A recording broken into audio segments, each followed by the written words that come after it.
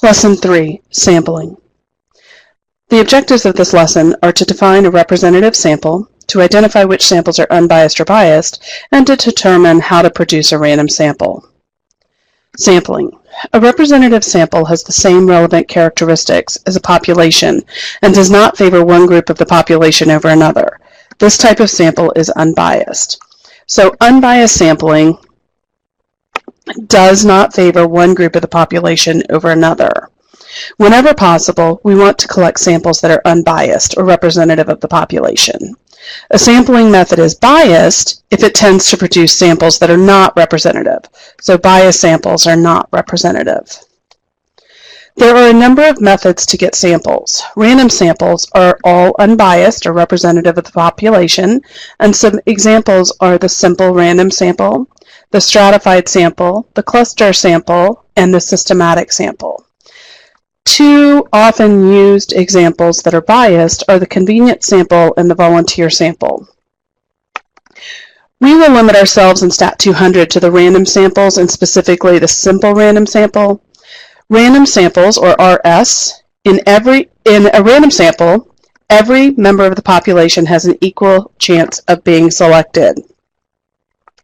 So they have a 1 over n chance of being selected.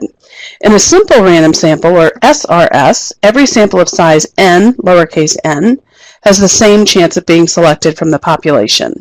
The simple random sample is the simplest sampling technique used to accurately represent a population. It's the basis on which all inferential statistics procedures are developed, and everything we do in inferential statistics in this class will require a random sample. Example, the simple random sample. Suppose the front person in class is assigned the number 1 and each subsequent person calls out a consecutive number until all students have a number. How do we get a simple random sample of size 5 for this class?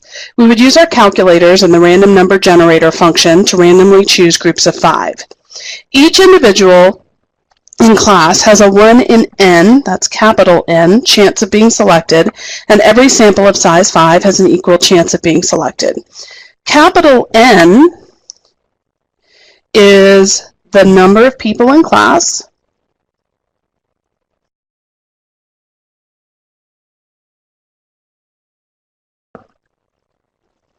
or the population we pick from.